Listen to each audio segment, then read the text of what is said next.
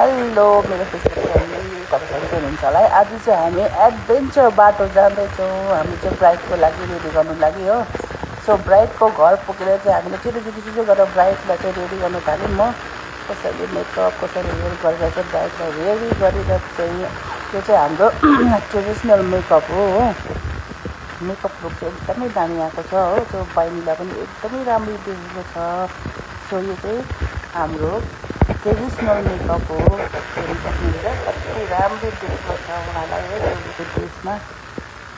त्यो चाहिँ हाम्रो पारम्परिक तरहले चाहिँ अब है सबै आफ्नो ड्रेस लगाएर चाहिँ उहाँले चाहिँ अब बिहा गर्नुहुँदैछ है। हेर्नुहोस् न कति राम्रो देखेको बेलीलाई हो।